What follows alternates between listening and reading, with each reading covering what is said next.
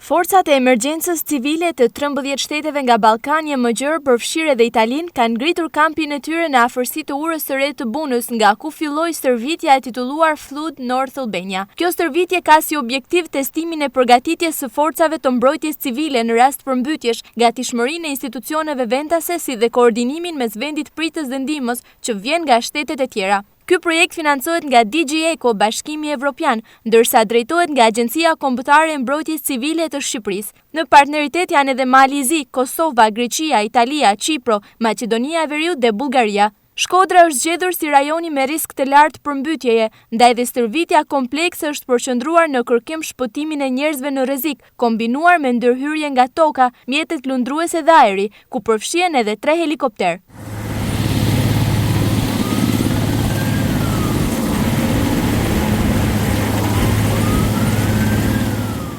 Në përfundim të ditës së parë të kësaj stërvitjeje janë dhënë edhe vlerësimet për këtë angazhim. Më vjen shumë mirë që sot pam skenaret të cilat ne si shkodran i kemi përjetuar në shumë situata të ndryshme. Në vite të ndryshme, sepse Shkodra dihet që ka përjetuar situata të përmbytjeve katastrofike. Konkretizojmë sot një nga iniciativat më të rëndësishme, stërvitjen komplekse në shkallë të gjerë Flood North Albania.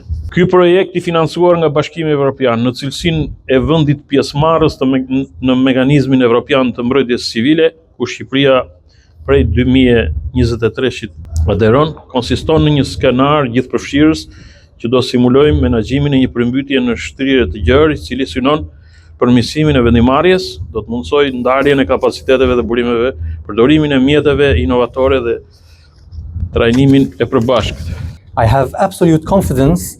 Me besim të plot jam i bindur se kjo nismë do të jetë një sukses i madh dhe një dëshmi e qartë e përkushtimit të Shqipërisë ndaj gatishmërisë për përballimin e fatkeqësive, që prej vitit 2022 si antare e mekanizmit të mbrojtjes civile të Bashkimit Evropian, Shqipëria ka treguar një përkushtim të jashtëzakonshëm. Përfshirja aktive e vendit në iniciativat gatishmërisë, përfshir programin e trajnimit dhe projekteve të tjera të mbështetura nga instrumenti përpara antarësim, tregon qartë qëndrimin proaktiv të Shqipërisë në drejtim të përmirësimit të menaxhimit të rrezikut nga fatkeqësitë. Mendoj se është e domethënëse të jemi dëshmitar të këtij ushtrimi sot. Ai përfaqëson një shembull konkret të përfitimeve që sjell antarësimi në Bashkimin Evropian. Agjencia e Mbrojtjes Civile si një institucion në varësi të Ministrisë së Mbrojtjes ka qenë gjithmonë angazhuar për të garantuar sigurinë dhe mirëqenien e qytetarëve shqiptar, duke ndjekur një trajektorie në ngritje dhe mbretëlance në këto 5 vite të ekzistencës së saj. Ky angazhim i ynë ka gjithashtu një mbështetje të rëndësishme nga partnerët e kombëtar.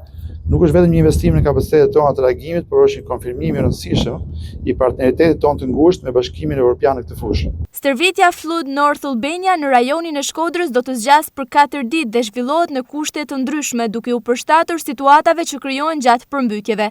Në këtë stërvitje e para aktilloi në vendin tonë, marrin pjesë 450 efektiv të forcave të mbrojtjes civile, mbi 70 automjete si dhe disa helikopter.